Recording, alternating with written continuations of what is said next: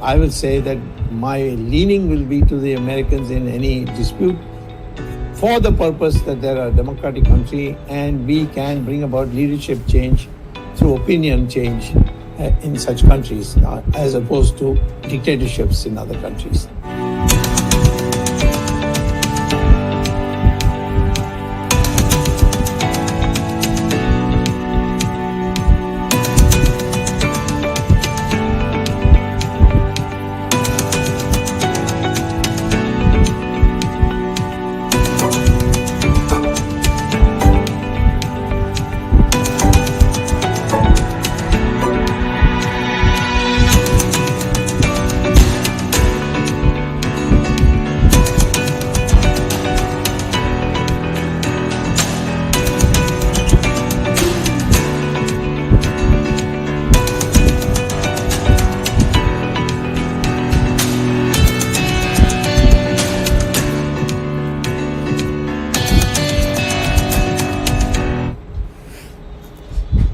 Friends, Namaste and welcome to our Sunday edition of Gyan Ganga Words of Wisdom on our VIRAT Hindustan Sangham social media channel. As you know, today's episode is 149th episode, and last week's episode on a similar subject on Ukraine and Russia, that was the 148th episode where Dr. Sawmy and Abhijit Iyer Mitra were discussing the issue. We had a viewership of 1,76,602 viewers across the globe. So I welcome you to today's program. Today is another extension of the discussion we had last week. Today's topic is implication for India of the continuing war against Ukraine by Russia, and we will be having a discussion with our usual panel members, and we have another guest along with us, Sri Iyer of P Gurus. We welcome him to our show. I have my other co-host, Professor Arvind Chaturvedi from Delhi, and Mr. Ramesh Sawmy. And for the next 1 hour, we will be with Dr. Sawmy discussing this very important topic. I have to thank our technical team led by Ashish Shetty, Tejas Navalgul, Swaminathan, Ishwar Iyer, Rakesh Gadgi, Ajesh Nair, and Vishal Mehta for their support to put this program together.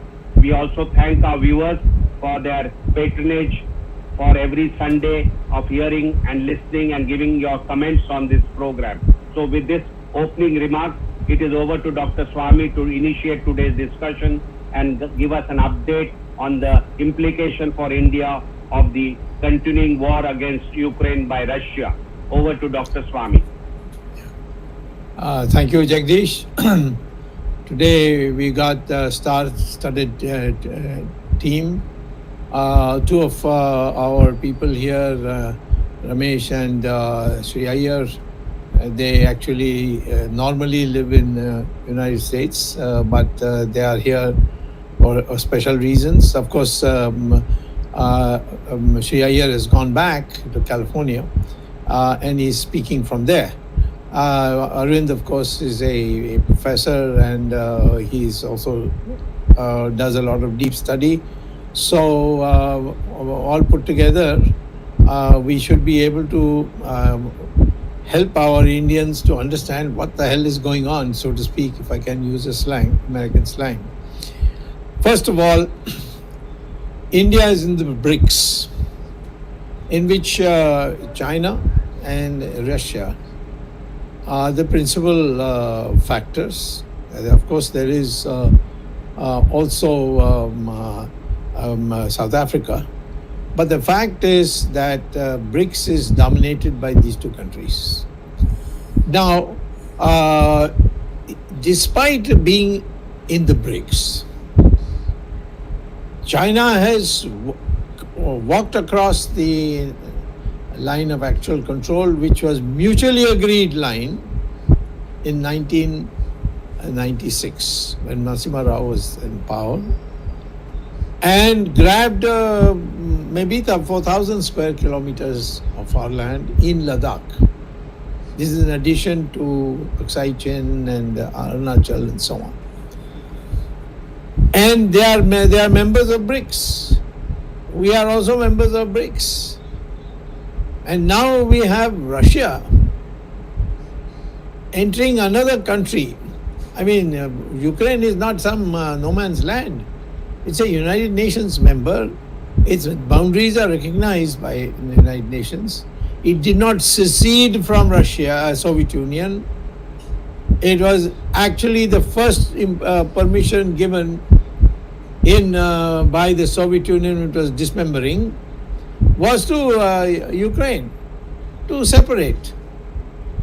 And what we are seeing today is that Russia has broken all rules of the United Nations Charter and just gone across and killing people left, right, and center.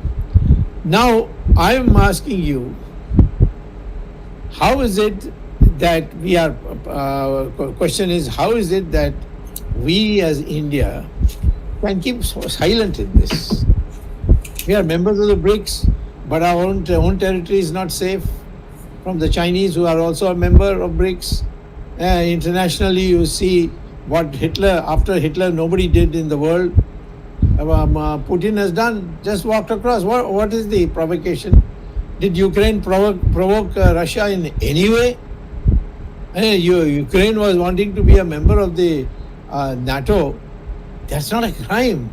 That's their choice. It's an independent, sovereign country. You don't like that, then argue with them and maybe call the United States to mediate, whatever it is. But this business of going and killing innocent people, blowing up airports, hospitals, and so on, this is just something that is, it's a flouting of the United Nations. And the United Nations will collapse like the League of Nations in 1919 if we don't do something about it. So my first point, which I would like our panel here to address and say what they feel, that is the fact that should India continue in BRICS or just quit? I mean, you can't be a member when you are, nobody cares for you. And these two countries are doing exactly what they want. Of course, South Africa is not in the picture in the sense it's far away, but we are neighbors of both in a sense. China definitely directly, and Russia not far away. So therefore, India, I would like to know from the panel, do you think that India should show some stature, some guts, and say we are quitting BRICS? I'm not asking them to do anything more. I'm not asking you to say India to send troops to Ukraine to help the Ukrainians fight the Russians. No, not that. I'm just saying you have no value. Nobody cares for you in BRICS. Get out of it. The second thing is, how do we shape the resolutions that's going to come one after the other in the United Nations on Russia's unilateral aggression? This is not just going across the border. Unilateral aggression. Originally, they started by saying Russian areas. I don't know what you mean by Russian areas. We have Muslim areas in our border. Does that mean Pakistan can come in on the grounds that they are Muslims? So, therefore, what should be the way to deal with Russia? Because at the moment, all that Ukraine has is not defense. It has only defiance. And that, of course, is admirable, but that's not enough. Third point is, what are the United States and allies doing? They are not far away. They are just in the border. In Poland, in Romania, so many other countries on the border. Why is it they are not able to make a decision? Why is it they cannot decide through a UN General Assembly vote to send UN troops to defend Ukraine? Fourth is, what is it that Russia and China have? What is the hold that China and Russia have on Narendra Modi? That he is saying ridiculous things. Koi aaya nahi, koi gaya nahi. That is, nobody has come when it was pointed out that China has crossed LAC. And now refusing to condemn the Russians for unilateral aggression, violating the UN Charter and coming across. and of course violating the resolution passed in the last meeting, which was in New Delhi, of BRICS, that no country should be allowed to carry out aggression across borders, and all should be done by peaceful negotiations. So in this thing, let me also say that if you don't do anything about it, then it is only a matter of time that Pakistan and Afghanistan will bond with China and come across to aggress in Kashmir. That will be a very serious thing for us.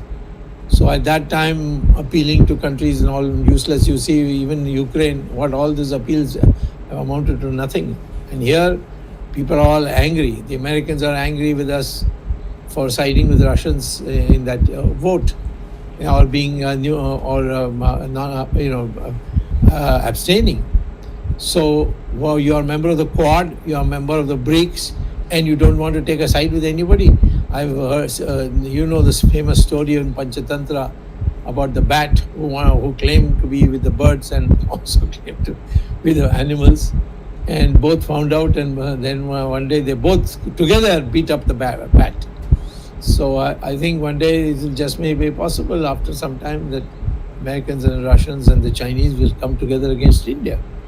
And therefore, I think we are in a moment of terrific historical moment, and a terrible historical moment, where Indians must put their intelligence to work, their brains to work, to decide what should be done and how we can force our government to be a little more gutsy than they have been. Over to Jagdish, and then on to whoever you think should answer these questions. Thank you, Dr. Sawmy. I would ask actually Sri Iyer from US to respond to this. But before that, I just want to make a comment. As you said, the United Nations is a body of all these member countries, including Russia, Ukraine, India, China, etc. And I see the total failure of the United Nations to resolve a small issue like this. I call it small because there is no doubt that Russia has invaded Ukraine, and all the world bodies and the superpowers and the 5 veto-holding countries are looking elsewhere when such a thing is happening. So with this remarks, I would ask Sri Iyer to respond to what Dr. Sawmy has raised, and also let us know about the failure of the United Nations and the 5 superpowers which are there. Thank you, Dr. Sawmy, and all friends and family of VHS. Thanks for giving me an opportunity to come talk to. Am I muted? No, we can hear you. Yeah, we can hear you. Thanks for giving me an opportunity to share my thoughts on this. I want to first start out by placing some data in front of this panel here.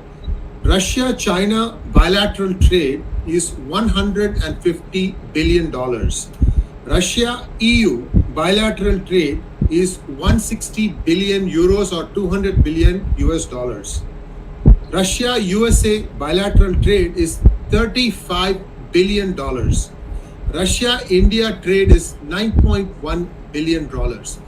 I can go out on a limb and say, Dr. Sawmy and dear friends, that India-US trade is 10 times more than that, or at least 5 times more than the India-Russia trade. So please understand what you are dealing with.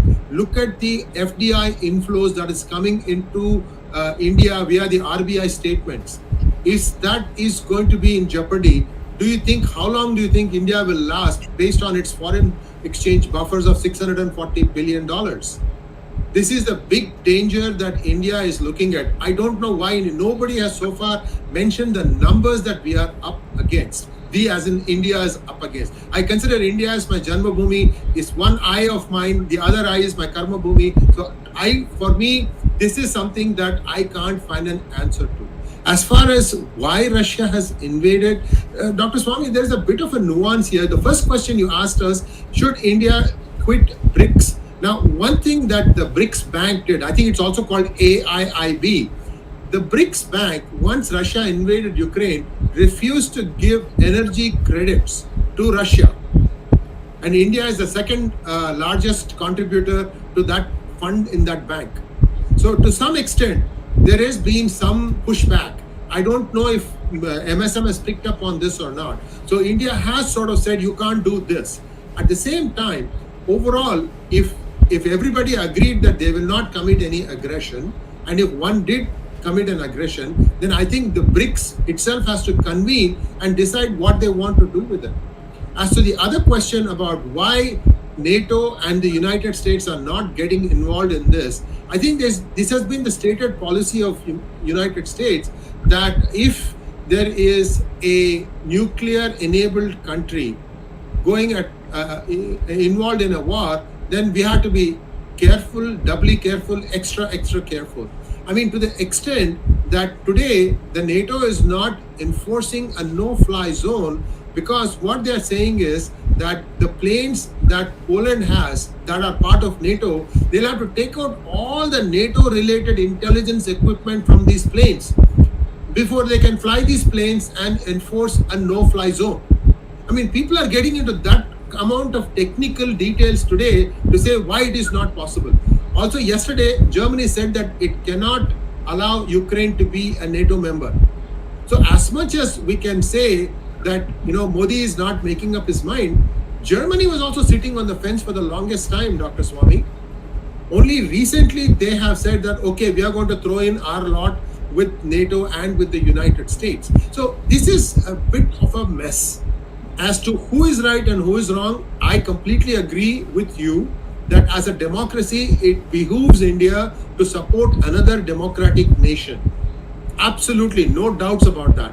But India has chosen not to do that. That is why I started out with the numbers, that India is staring down the barrel. Let's say, just play this thing out a little bit more. I know some of you are not happy with my stand here. Just play this thing out a little bit more. So, Russia ends up occupying half of Ukraine. This is the best case scenario, in my opinion, for Ukraine. If you draw a straight line between the city of Odessa and Kiev, it more or less divides the country into two parts. And to the left of that side is non-Russian Orthodox church followers. To the right are predominantly Russian Orthodox followers. Now, you can think of this being some sort of an ethnic cleansing being done by Putin also, because I think that's what he will want. He might only get Donbass, that's a different matter. But this is how, you want to aim for the moon, and you'll hope that you'll at least get to a tall building. So I think this is what is at stake here. But let us say that something like this happens, and then China gets emboldened, and then it attacks Taiwan, and it occupies Taiwan. Then what happens? China is now going to say, look, I have Russia with me. I can tell Russia to stand, they will stand. I can tell them to sit, they will sit. In fact, China knew of this invasion 3 months plus before it actually happened, which is why China was stocking up like crazy in the month leading up to this. And everybody thought that China was doing this because it was going to wage its own war. No, it knew what is going to come because it's already suffering economically. The United States has placed a fair amount of sanctions. Even the China-friendly Biden government has not taken off the tariffs that the Trump administration had put on China. So they are still being burdened by the tariffs. Now, no high-tech exports of any kind, raw materials to China. The same thing has been extended to Russia. So in other words, countries like Germany, which are in heavy engineering, they need a source of engineering talent because inside their country, they cannot manufacture this at an aggressive price. So they need something. They need a country like India to help them. But if India doesn't make up its mind and insists on being neutral, that would be another opportunity lost. And then again, India would be saying, India never misses an opportunity to miss an opportunity. So these are the things at stake here. So if China goes and occupies Taiwan, they've already occupied Hong Kong. So we have to look at this annexation in 3 parts. Hong Kong, Ukraine, then Taiwan, then who next? It is India. They can easily split India into 2 parts. Right down from Bhutan, if they just march down to Bangladesh, the northeastern part is going to get separated. And also, please remember, viewers, Nepal voted with the West. Bhutan voted with the West. You know the ones who abstained? India, Sri Lanka, and Pakistan. Even Maldives voted with the West. I mean, so you have to take a look at it, a big picture. This loyalty to Russia that they came to our help, great, excellent. But first, try and determine what is best for India.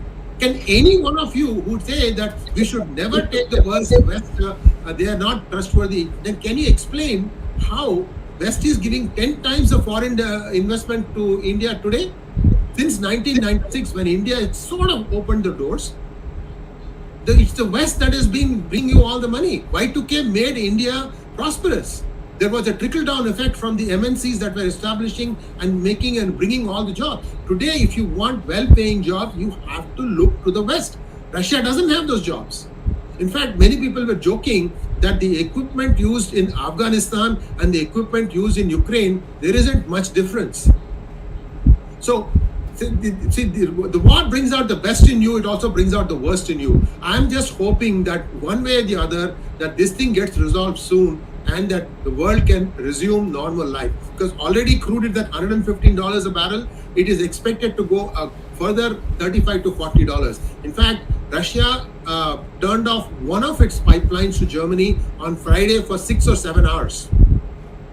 So they're doing this calibration. Last year, Russia cut off energy supplies to many East European nations like Czechoslovakia and so on and so forth. They did not have heating gas. People were shivering to death. Forget about taking a hot shower every day. They didn't even have, night heating. So Russia has done a few things before. They've calibrated all this and only then they have attacked. But at the same time, what is it for Putin? He is already the biggest, largest country in the world. Getting a little bit more land, what does it mean? Is this part of his legacy that he started recreating USSR? But USSR crumbled under its own weight. So I really am at a loss. If I try to put myself in Putin's shoes as to what this war is for, I am not able to find an answer. I hope the panelists find an answer. Thank you very much. One short question before he go, Jagdish, you pass it on. Should India have voted with the majority resolution in both Security Council and General Assembly?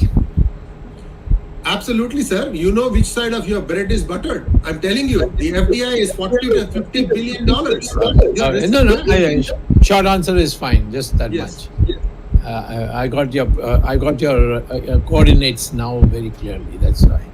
When I finally answer, I'll come to it. Yeah, Jagdish. I would now request मेरी अरविंद चतुर्वेदी से विनंती है कि हमारे जो दर्शक है उनको जरा आपके विचार हिंदी में प्रकट करें, तो और भी बहुत सारे लोग चाहते हैं। चैट बॉक्स में उन्होंने विनंती की है।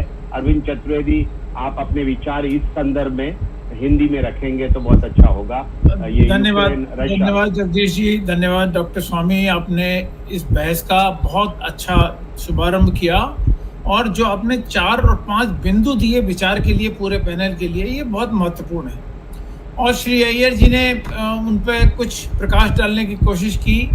मेरा मतांतर है उनसे, मैं थोड़ी मत भिन्नता रखता हूं उनसे इस विषय पे, विशेष तौर पर भारत की जो व्यापारिक उन्होंने जो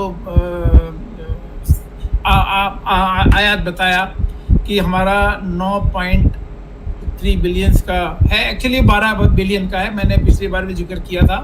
यूक्रेन के तुलना में वो बहुत कम है, ये बहुत ज़्यादा है। यूक्रेन का 1/4 है, लगभग 3 बिलियन है। सवाल ये बात का, आपने जिक्र किया गैस की कीमतों का, आपने जिक्र किया $115 जो क्रूड ऑयल पहुंच चुका है। एक्चुअली क्रूड ऑयल 122 ऑलरेडी पहुंच चुका है, जो भारत में आने वाला है उसकी गणना के हिसाब से अभी ₹15.30 प्रति लीटर ऑलरेडी ऑयल कंपनियां घाटा उठा रही हैं। हमारा आयात रशिया से भी है। हम रशिया को नाराज करने के लिए ये कदम नहीं उठा सकते। और जैसा कि मैंने पिछली बार कहा था कि जो न्यूट्रल स्टैंड, तटस्थ स्थिति भारत ने अपनाई है दोनों को मनाने के लिए, और ये दोनों पक्षों से भारत बात भी कर रहा है। यूक्रेन के प्रधानमंत्री से बात की, राष्ट्रपति से बात की, उन्होंने पुतिन साहब से बात की और कहा कि ये दोनों के हित में है कि इसको रोक दिया जाए। हालांकि हिंदुस्तान में बहुत कुछ अफवाहें भी चलती हैं। एक अफवाह ये चली सरकार की ओर से या सरकार के जो समर्थक उनकी ओर से कि भारत के कहने पर 6 घंटे के लिए युद्ध विराम कर दिया गया। ये पूरी अफवाह थी। बाद में मिनिस्ट्री ऑफ एक्सटर्नल अफेयर्स ने कहा नहीं ऐसा कुछ नहीं हुआ, भारत के कहने पर कोई युद्ध विराम नहीं हुआ है। हालांकि जो युद्ध विराम हुआ वो तीसरे दौर की बातचीत के बाद हुआ, लेकिन वो भी उसका भी पालन नहीं हुआ, ऐसे आरोप यूक्रेन ने लगाए। बात वो अलग है। लेकिन जहां तक व्यापारिक हितों की बात है, व्यापारिक हितों की सुरक्षा को देखते हुए, हाँ, हमारे संबंध अमेरिका से खराब नहीं है। जो आप पश्चिम की बात कर रहे हैं, हमारे संबंध पश्चिम से कहाँ खराब है? हम पश्चिम इस प्रस्ताव को हम समर्थन नहीं दे रहे, लेकिन विरोध भी नहीं कर रहे। तो हम दोनों तरफ हैं। और निजी तौर पर प्राइवेट बात में प्रधानमंत्री मोदी जी ने राष्ट्रपति पुतिन जी से कहा है कि युद्ध किसी के भी हित में नहीं है। युद्ध के लिए रोकने के प्रयास किए जाने चाहिए। और डॉक्टर स्वामी ने जो सवाल ब्रिक्स वाला उठाया, मैं पहले भी किसी अन्य कार्यक्रम में ये बात कह चुका हूं कि क्वाड वर्सेस ब्रिक्स, इसमें चॉइस नहीं हो सकती। इसमें अगर हम चॉइस करेंगे तो क्वाड में अगर हम सिर्फ कहेंगे ब्रिक्स का क्रॉस का निशान लगा के क्वाड की तरफ हम जाएंगे, तो वहाँ सिर्फ हम एनवायरनमेंट की बात करेंगे, सस्टेनेबिलिटी की बात करेंगे। ये बात, हम विकास की जो मूल मुद्दे हैं वो हमें ब्रिक्स के साथ है। ब्राजील का क्या स्टैंड है हमें नहीं पता। चाइना, अब दूसरी बात है जो बहुत संक्षेप में मैं कहना चाहता हूँ, जो हमारा की मुद्दा होना चाहिए, मुख्य मुद्दा होना चाहिए कि कल को अगर चाइना के साथ हमारा कन्फ्रंटेशन बढ़ता है, और ये बात हम अपने प्रोग्राम में डॉक्टर स्वामी भी कई बार कह चुके हैं कि रशिया जो है चीन का जूनियर पार्टनर है। लेकिन यदि हम रशिया से अभी बिगाड़ लेंगे इस मुद्दे पे यूक्रेन का समर्थन करके, उसके बाद तो रशिया चीन के साथ खुल के आ जाएगा, तो हमारे लिए और खतरा बढ़ जाएगा। तो हम सुरक्षा कारण को देखते हुए, अपने आर्थिक कारणों को देखते हुए, हम रशिया से बिगाड़ नहीं सकते संबंध, और हम ये भी नहीं चाहते कि यूनाइटेड स्टेट्स या पश्चिम के साथ भी हमारे संबंध बिगड़े। इसीलिए भारत ने एक न्यूट्रल तटस्थ स्टैंड लिया है। मैं मोदी जी के तटस्थ स्टैंड का समर्थन करता हूँ। Now I would request Ramesh Swamy, who is originally based in the US but is visiting India at the moment, to have his point of view. Okay, thank you, Jagdish. Thank you, Doctor. Go ahead, Sri. You wanted to say something. Go ahead. Yeah, Sri, you're unmute. You're muted. Sri, unmute. Please unmute yourself. मैं एक बात अरविंद चतुर्वेदी जी से पूछना चाहता हूँ। अरविंद जी, क्या आपको पता है कि अप्रैल 20 तारीख 2020 अप्रैल 20, उस दिन भारत को पता चला कि अपने लद्दाख के लाइन पर पूरी आर्मी आकर खड़ी हुई है चाइना की। तो उस दिन भारत के ITBP, Indo Tibetan border police, वहां की इंटेलिजेंस ने खबर दी थी। किसको दी थी? वो होम अफेयर्स की डिपार्टमेंट है, उनको खबर दी थी कि यहाँ पर ये लोग सैनिक आकर खड़े हुए हैं। तो वहाँ के एक जॉइंट सेक्रेटरी थे, वो लिफाफा लिया, उन्होंने अपने ड्रॉयर के अंदर डालकर चाबी बंद करके सो गए 2 हफ्ता। ये बात सेंटर को नहीं पहुंची, और जब डिफेंस लोगों को ये पता चला कि यहाँ हो रहा है, ये डिफेंस इंटेलिजेंस से आया, तो उन्होंने जाकर रशिया से पूछा। उन्होंने ये डिसाइड नहीं किया कि अरे मेरे घर के पास से खड़ा है ये, मैं कुछ करूं। उन्होंने जाकर रशिया से पूछा तो ये क्या हो रहा है। तो रशिया ने भारत से कहा, ये दिस इज कंजेक्चर, हुआ है नहीं हुआ ये मैं नहीं कह सकता हूं, लेकिन वास्तविकता में ये हुआ कि इंडिया ने कुछ नहीं किया। तो ये इसलिए, किस लिए इंडिया ने कुछ नहीं किया? इसलिए कि रशिया ने कहा इंडिया को कि नहीं वो लोग आएंगे लेकिन अंदर नहीं आएंगे। ठीक है, आप जो कह रहे हैं ना रशिया के साथ हमारे संबंध ऐसे रहने चाहिए, तो इस बात का आप उत्तर दीजिए। क्यों 10 मई तक भारत चुप बैठा? उसके बाद ही कुछ उन्होंने किया, और वो भी जब हुआ तब मोदी जी जाकर लद्दाख में फ्रंट में आर्मी के लोगों से बातचीत की, तो तब उनको पता चला कि एक्चुअल वास्तविकता क्या है। तो मैं जो भी हम लोग कह रहे हैं कि ये इतने साल हमारे साथ था, तो जब ये छोटी सी बात थी कि आपको ये कहना था कि देखो चाइना कह रहा है कि अंदर नहीं जाएंगे, अगर if they had even put that nuance, तो भारत थोड़ा सा होशियार होगा, क्योंकि ये गालवा नहीं होता, जब ये सुरेश बाबू की मौत नहीं होती, ये 20 सोल्जर्स की मौत नहीं होती, India would have been better prepared. तो इंटेलिजेंस की तो, और अब तक वो जॉइंट सेक्रेटरी अभी भी बैठा है वहीं पर, किसी ने कुछ कार्रवाई की, 2 हफ्ते के बाद वो निकाल कर बोलता है हाँ आईटीबीपी से भी मेरे पास आया था intelligence. So we lost valuable time, Sirji. Krishna Menon 2.0. Shri Iyer, I'll just counter in briefest possible manner. This is the two independent things, and we should not link the two independent things. On China, on Galwan, it was a military failure of India. Maybe policy, we did not take, and we did not anticipate this, and we did not anticipate the gravity of this, and we did, of course. Similar thing has happened in Arunachal Pradesh. One boy was kidnapped and all that. But where the external affairs ministry has failed, we have said that. But that does not mean that we start taking a stand between Russia and Ukraine on a fight or a war which will hit our interest, which will hit India's interest. So India is only observing India's interest, nothing else. Sirji, one line, आप भरोसा करते हैं, मैं कहता हूं वो राम भरोसा है, that's all. Sri Iyer, sorry, Ramesh Swamy, you have to continue your. Okay. Yeah, I don't know how I'm going to, after such a solid batting by Sri Iyer and Arvind. It's coming down the middle order is not easy, but anyway.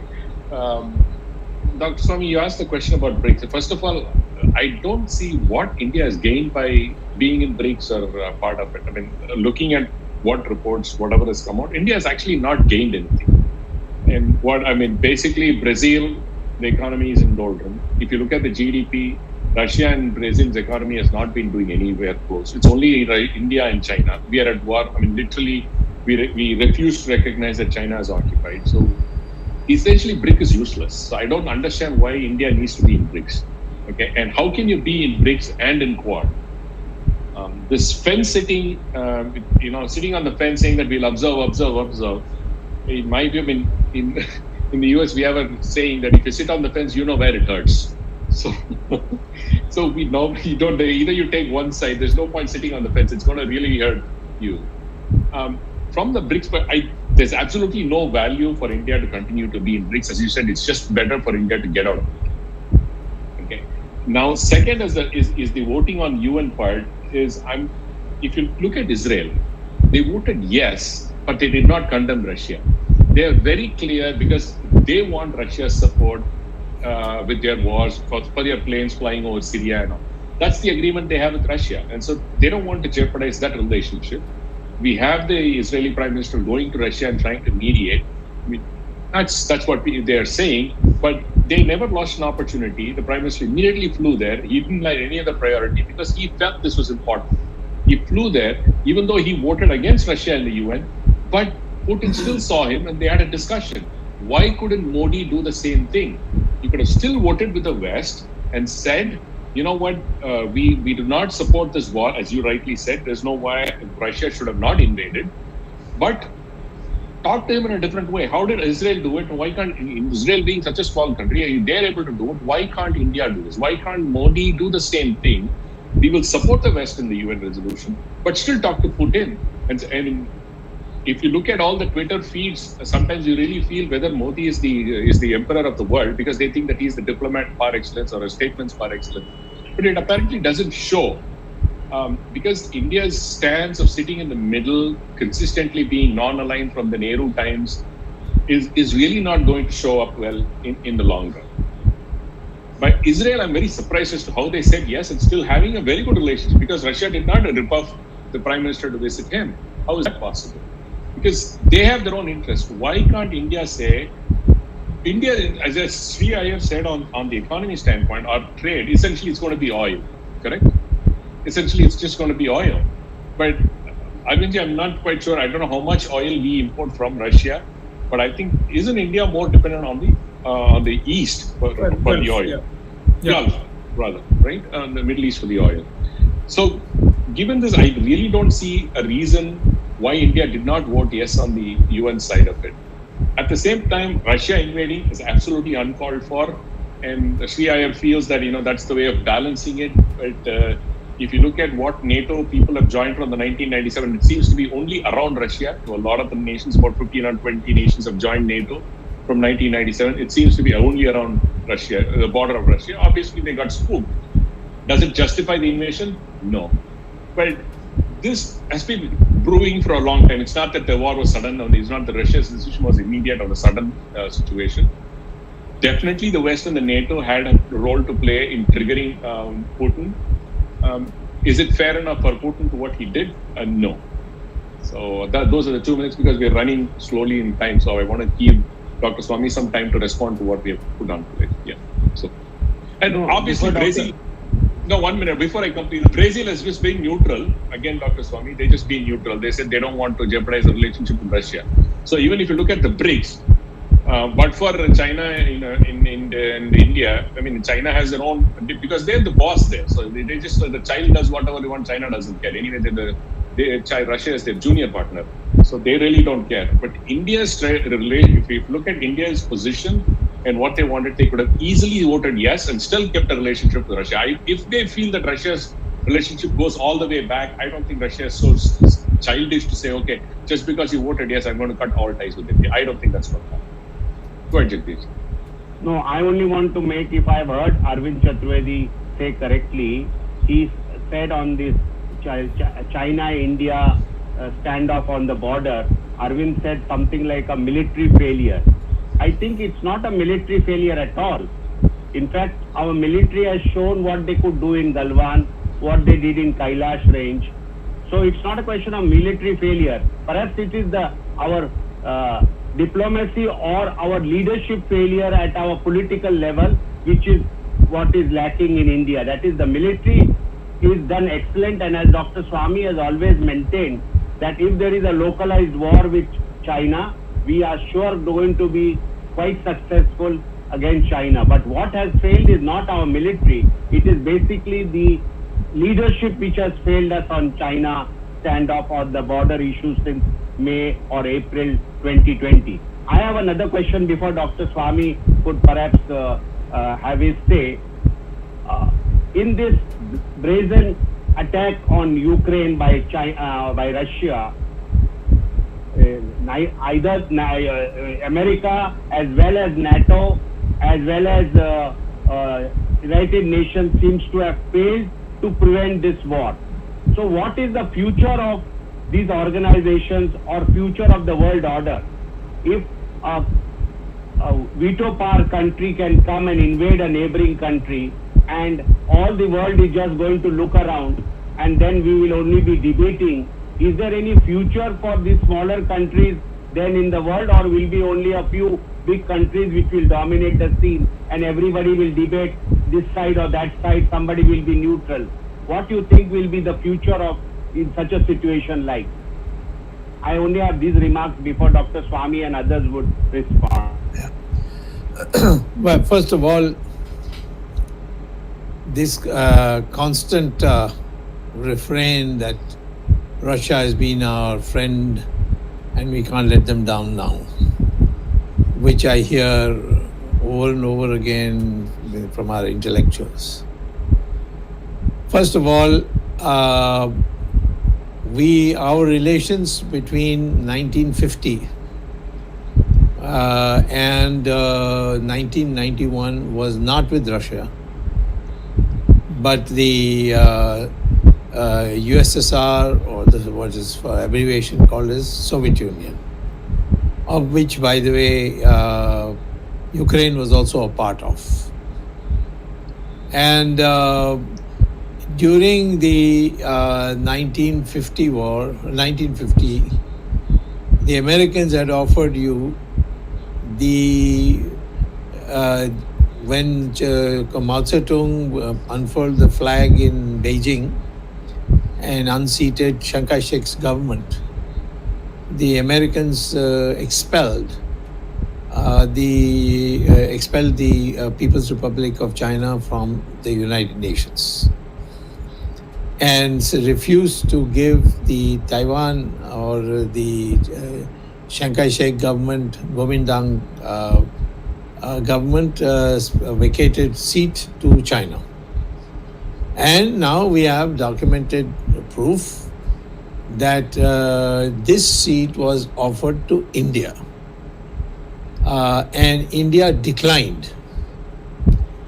In fact, there's correspondence between the then ambassador of India to Washington, Vijayalakshmi Pandit, the sister of Jawaharlal Nehru, and Jawaharlal Nehru rebuking her for having brought this proposal from the Americans, saying that they are trying to create a situation where we fight with China and we should not fall into their trap. Well, when the 1962 war took place, and I have a recent book, The Himalayan Challenge, I've reproduced the document. The Russians said very clearly, China is our brother and India is our friend. They gave nothing during that period to us. Americans gave something, but they gave something. So to say that the now in the case of Bangladesh, the Russians supported you for what? I'd like to know. Of course, we bought the weapons, we paid for it, and we had decided to buy from America, then agreed to pay for it. The Americans would have given it to us. But that's an academic question.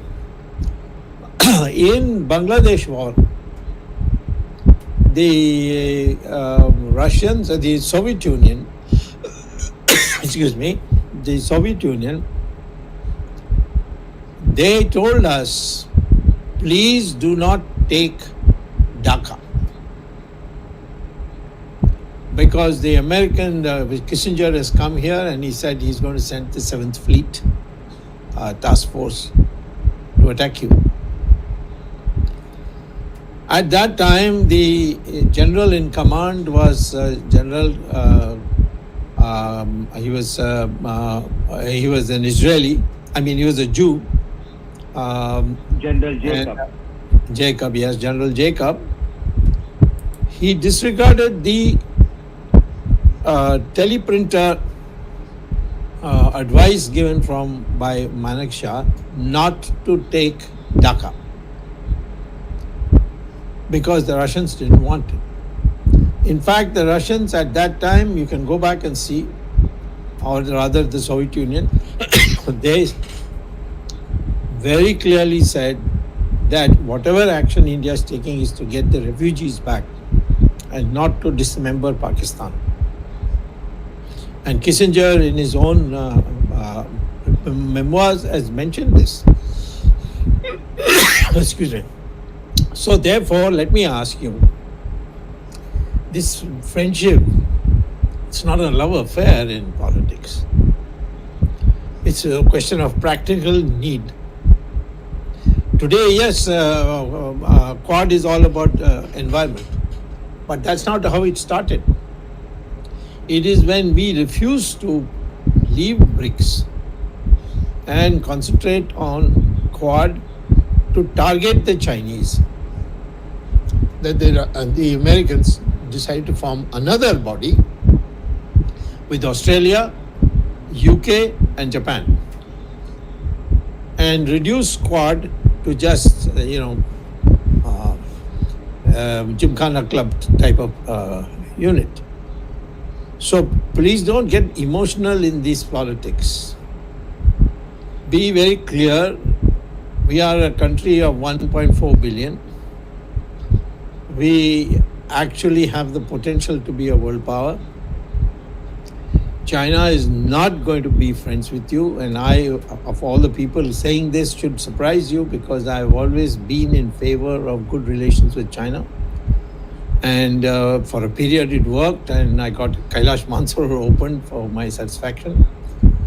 But today China sees India as a potential threat. And the Russians, whatever you may say, cannot go against the Chinese. The Russians were going to actually attack this Ukraine 3 months earlier. The Chinese said it will disturb our Olympic Games. So delay by 3 months. And they did. So it is now time to think not of friends, but to be able to stand on your feet. And then people wanting to be friends with you because you have the strength to do something. And I think this mythology that has been spread, and particularly by this pro-Soviet elements and all these people who have been doing trading on rupee basis, they are all actively just now propagating as if Soviets, Russians are friends. Russia is only since 1991, and there is no occasion where the Russians have been tested. Have they been tested on China? If they are your friends, why is it that I have not told the Chinese that what you have done is wrong? China has occupied 4,000 square kilometers of India. That is in Ladakh. It's not being publicized because there will be an uproar in the country. So wherever the Russians come to your support, I want to know. So this business of seeking crutches at this time is not a good policy for India. This is what I want to say. At this stage, I don't think this matter is going to get over soon. It's going to take, there will be many other things. But the bottom line is a superpower with a veto in the UN Security Council has attacked and invaded a defenseless country. After all, Ukraine is a defenseless country. The Americans did not agree to put them as part of NATO, and these Ukrainians don't have that kind of weapons. The only thing they have is their determination to fight. How many people have been already killed? And what is this going on? What is our Sri Iyer said that they, you draw a line. I mean, this is not a cake that you can cut as you like. This is a country which has a history. By the way, I can tell you that Ukraine is older than Russia in its history. So, and this is a country, it's a part of the United Nations. It's established boundaries which the Russians themselves have published. And now you say, no, the Russians, you should appease them. No, there's no question of appeasing them. Russians have to withdraw. Otherwise, the world must do what happened with Hitler. Hitler also was the same, went to France. No, it was part of Germany once upon a time. Today, Germany is on the same side of India means nothing because after World War II, Germany is like Japan, there's no fangs. And so it is whether it is on your side or not side, whether they are halfway with Russia or not Russia, is not important. What is important is, can they do anything for India? Nothing. So there are only two countries which can do something for India. One is China, which has become our enemy. The other is the United States, which is fed up with us. Whether they are justified, I mean, I'm fed up with the Americans on a number of things. But ultimately, it's a democracy. And you cannot rely on a country which believes in dictatorship, no matter what you may think of their pleasant manners and their past relationship or affairs with you. This is what I want to say. Thank you. Sri Iyer, would you like to comment? Dr. Swamy, I agree with you in many of the observations that you made. I think one of the things that India as a country should sit back and take notice is why did Nepal and Bhutan, both beneficiaries of China's largest, vote with the West against Russia? Why did they do that? I'll tell you, sir, I'll tell you, because they think that their politicians have sold their country. And now there's some corrective mechanism happening. They are saying, oh my goodness, China will just gobble us in within a wink. So now they are trying to say, at least let's try and get some punya or get some good karma from doing this. I'm just using loud, Dr. Swamy, because I feel India decides on emotions. For decisions, your head has to be the one that makes the decision, not your heart. That's all I want to say for general viewers. You can agree with me, disagree with me. This is how you will succeed in life. Yeah, I'm asking you to use your head, not your heart. Yes. No, I'm not saying Precisely. you, sir. Yeah. No, let me say about Nepal. I have very good connections with politicians in Nepal. They internally in their discussion have said, we don't want to be the next Ukraine. Ukraine. Yes. We are not safe anymore. As far as Sri Lanka is concerned, India persuaded the Sri Lankans to vote to abstain. Sri Lanka did it abstain? Anyway, they did abstain. They did abstain. Yes. Okay.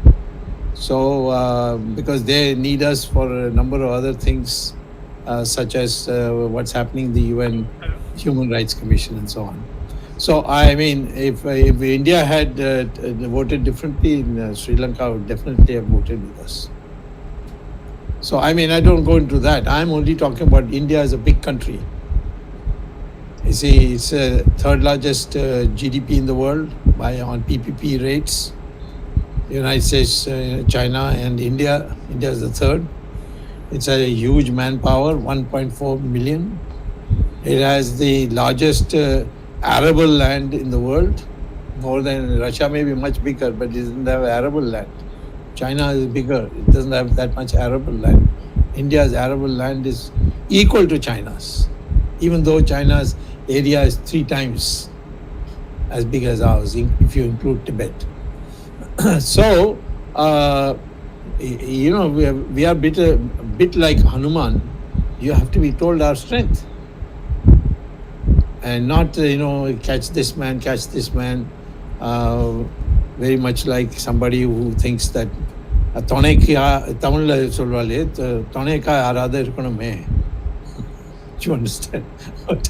Did you understand my Tamil? I don't know. That means it is a very common woman's sentiment that for my Tone, how would you translate Tone? Ramesh. What? Sorry, it's just you just need an accompaniment. You need a police with you. I mean, like a protect guard. I need a company to survive. So that's why that hopeless man I am friends with. Dr. Sawmy, I have 2 questions. Sri, for the first question goes to you. So one of the viewers has asked this question. It says, essentially, what's going to happen to the oil market and the inflation accordingly? Well, your thoughts, and then Dr. Sawmy can do them. Is it for me? Yeah, it's for you. Oh, okay. We have to conclude also, remember that. Yes. Yeah. Real quick. Russia already, when they decided to annex Ukraine, they had gamed the whole thing at $45 a barrel. Today it's at 120. As long as the West continues to buy oil from Russia, they are actually coming out ahead, and they can take a lot of pain, unlike China. If the same kind of sanctions are put on China, China will crumble. But Russia can take the pain. So we have to wait and see how this plays out. At least for the common man's sake, let's hope that this madness stops and that the petrol price will come down. I don't think US can supplant a loss of gas from Russia for the Western Europe by sending it across from New Orleans. It is a long distance. I don't know if US can pick up that slack, because US itself will need. US imports 8% of gas from Russia.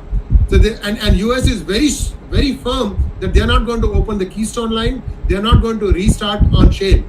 So there are some internal contradictions in the United States also that need to be figured out before the larger picture of how do we manage the gas comes into play. I think this is going to happen in the next few days. Let's wait and see.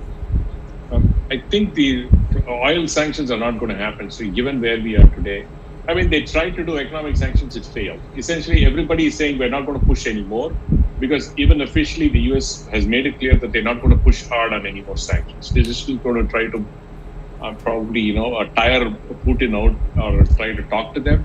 But sanctions-wise, you're right. It's not going to work with Russia because they have enough wherewithal. There are enough takers for their oil, right? I mean, to a large extent, India as being neutral could benefit from it, but at this prices, there's no option. Dr. Sawmy, your thoughts? No, I mean, you see, these sanctions and so on, they work both ways. So I agree with you that, it cannot be, whatever they had to do by sanctions, they have already tried, the Americans. Now the only option for the Americans is to give weapons to the remaining Ukrainians. And I'm sure that from neighboring countries of Ukraine, people will go there and assist them in the fighting, because everybody is a little rattled by the brazenness with which Russia came, and what excuse they had. In the beginning, it was two areas which are Russian. Then now they want the whole country. And once you're there, then they are on the borders of almost all the countries. So whole of Western Europe will be under Soviet, the Russian influence. So I think that is what is more important. I think according to me, the Americans must be wondering what is the military action we can take without it becoming a nuclear war. Dr. Sawmy, any military action by the US is not going to be taken very easily in the US. Yeah, no, I'm not talking about troops. Not troops on the ground. I'm not talking about troops on the ground. They don't need, these Ukrainians don't need troops on the ground. They themselves have said, give me the weapons. And they've also asked for the no-fly zone, and actually explained it's not easy to just put a no-fly zone. Asking, there's no problem. If they get nice, good anti-aircraft guns, that's enough. They can get drones. Nowadays, you don't need the old-fashioned weapons anymore. Right. Okay. Arvind ji, can you continue? Thank you, Dr. Sawmy. Thank you, Shri Iyer ji, Jagdish ji, Ramesh ji. This is a subject which is not going to end soon. This is what we said last week, and this is what we have to repeat this week, because maybe the talks are on, 3 rounds or 4 rounds are already over. There are mediators working behind the scene. Perhaps this mediation will also succeed sooner. At least we hope it will succeed, because it is in the global interest. Whether we support Russia or we support Ukraine, that is a subject which is debatable. Even within the BJP, I'm told there's a big debate going on between two sides. And our interest, India's interest, as Jagdish ji said last week, that our children, 20,000 children are studying in Ukraine who have come back. But when they go back, what will happen? National Medical Council has already suggested that the internship can be done in India, which is a big change in the policy. And whether we can do the same thing for students studying in Russia, because there's a large number of students in Russia also, and they're not affected by this war, but maybe post-war they may have some kind of impact on their studies. So India should observe, restrain. NATO and US so far have observed restraint, and this is in interest of peace. Let us hope peace will prevail. Thank you, Jagdish ji. Thank you, Ramesh Swami. Thank you, Dr. Swami, once again, and Sri Iyer ji for giving this whole issue a very big explanation to the viewers. Thanks the technical team behind the scene, led by Ashish Shetty, Gadgi Rakesh, Ishwar Iyer, Swaminathan, Tejas, Vishal Mehta, and Najesh Nair, without whose support, the success of this program cannot be guaranteed. Thank you very much. Thank you, viewers, for supporting us. We will be meeting next Sunday, 8 p.m. with a new topic. Mind you, next Sunday is going to be 150th episode of Gyan Ganga Words of Wisdom. This is a special dish we are preparing for you, and we'll be announcing it at the right time. So watch out for next Sunday, March the 13th, 150th episode of Words of Wisdom Gyan Ganga. Thank you. Namaskar. Jai Hind. Jai Hind.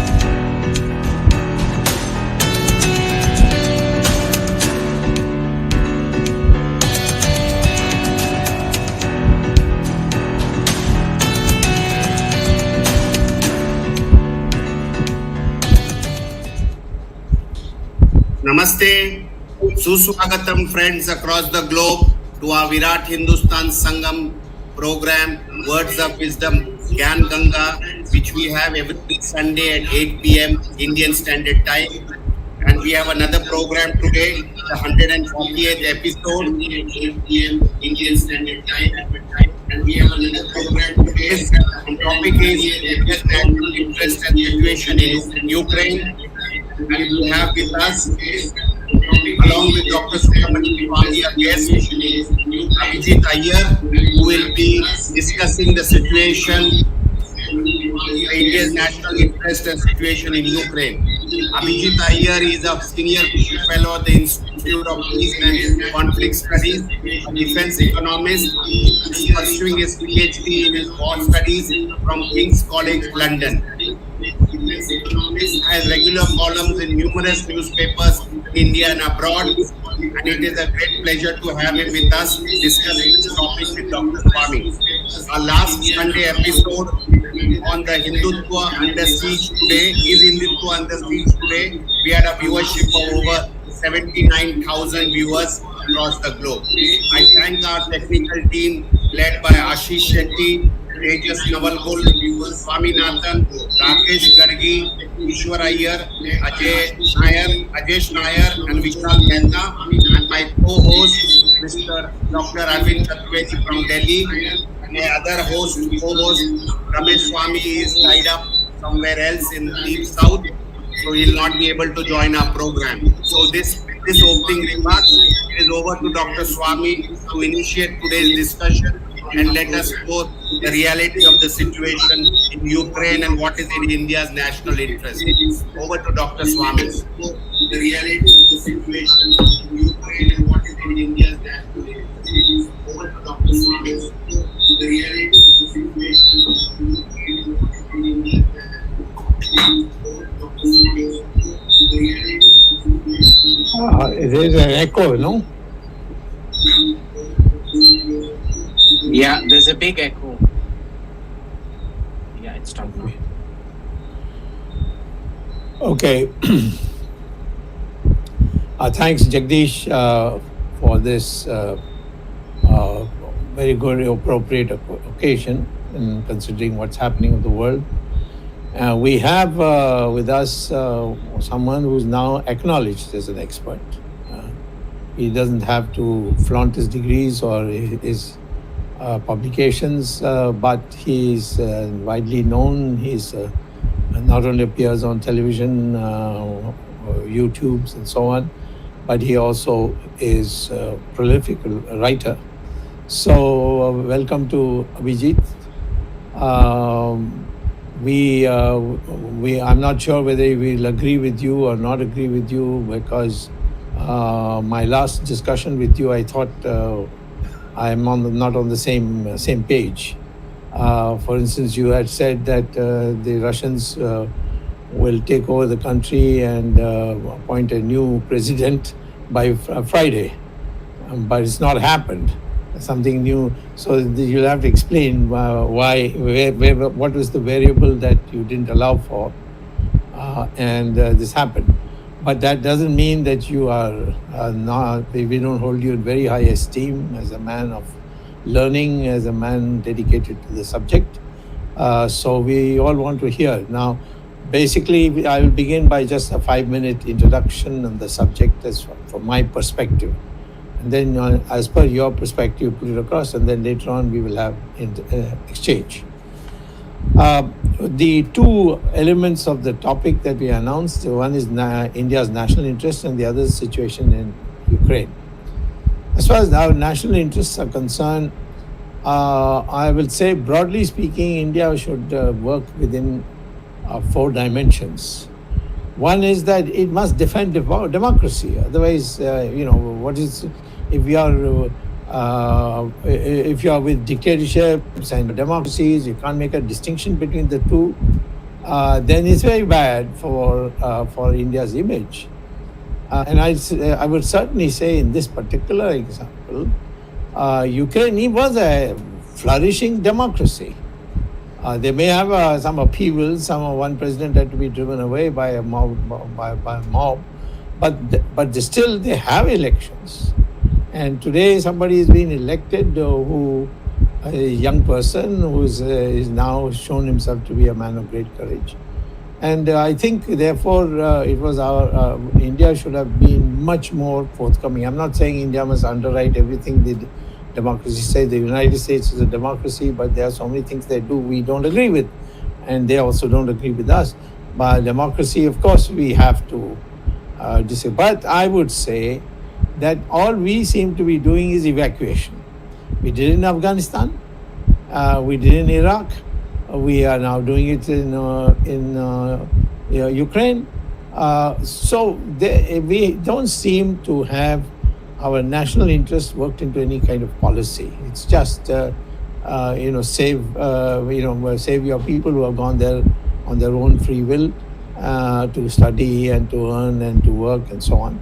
So I think one of the things I would like to say is that it was in our national interest, in the name of democracy, to have supported, maybe lukewarm, but supported and voted with those who wanted to censure Russia in the United Nations Security Council. And we got now another chance now at the UN General Assembly, and I hope we revise our stand and support in the Ukraine and for its freedom and its not being bullied by the Russians or anybody else.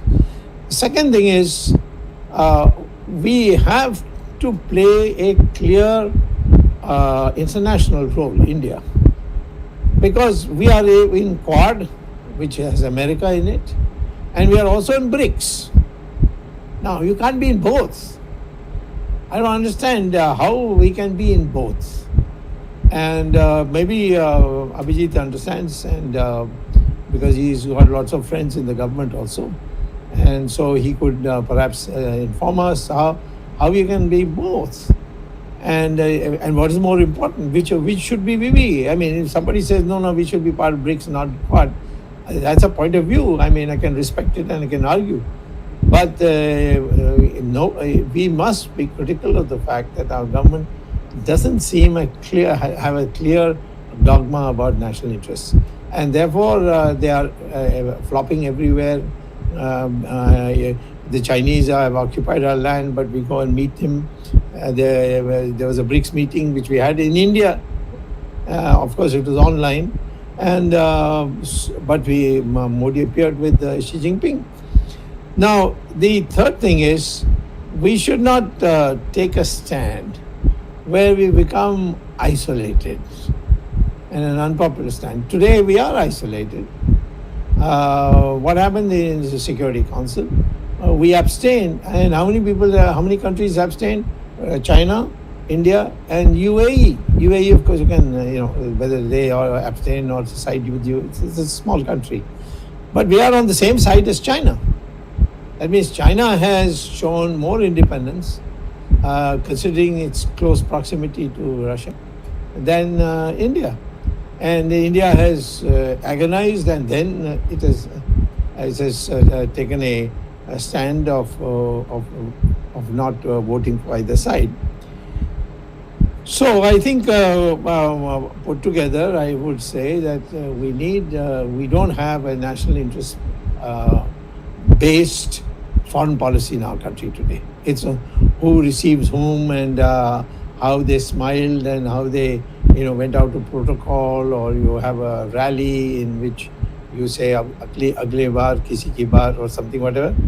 And it's not a well-structured thing. And I would like Abhijit to tell me whether he views the Indian foreign policy today in the same way as an unstructured, ad hoc set of steps. Then you come into the situation in Ukraine. I hardly need say that a country has been invaded, and by a much stronger country. And the only argument that I have seen them give is that they're going to join in NATO, but they haven't joined. So and the Americans have not taken any. The Americans are not saying Americans are wooing, and these people Ukraine is hesitating. No, it's not that. Ukraine is very keen, but the Americans are not so far. Maybe now they will. But the fact is that can't be a reason. All talk about persecution of Russians, all rubbish. To call the president of Ukraine as a Nazi, as idiotic, because he's a Jew, and his father was in the fight against, in the clandestine fight against Hitler in Germany. So, I mean, how can you say all these things, without somebody doing the research and finding out? It's not saying you're not doing anything. Now, suddenly, the Russians sent word that they're ready to have talks. The Ukrainian government in hiding. They said no, we don't want to. Then Belarus tried to intervene. And now they are more or less agreed. I don't know whether they're going to go through with this, but there may be other nitty-gritties to be worked out. But at last, if it's the talks will take place, but supposing the talks fail, can Abhijit tell us what should be the scenario and what we should be on lookout for? So finally, all this that has happened, how does it weigh on India-US relations and India's China relations? How is it going to be developing in the near future? These are some of the things that we would like to know from you.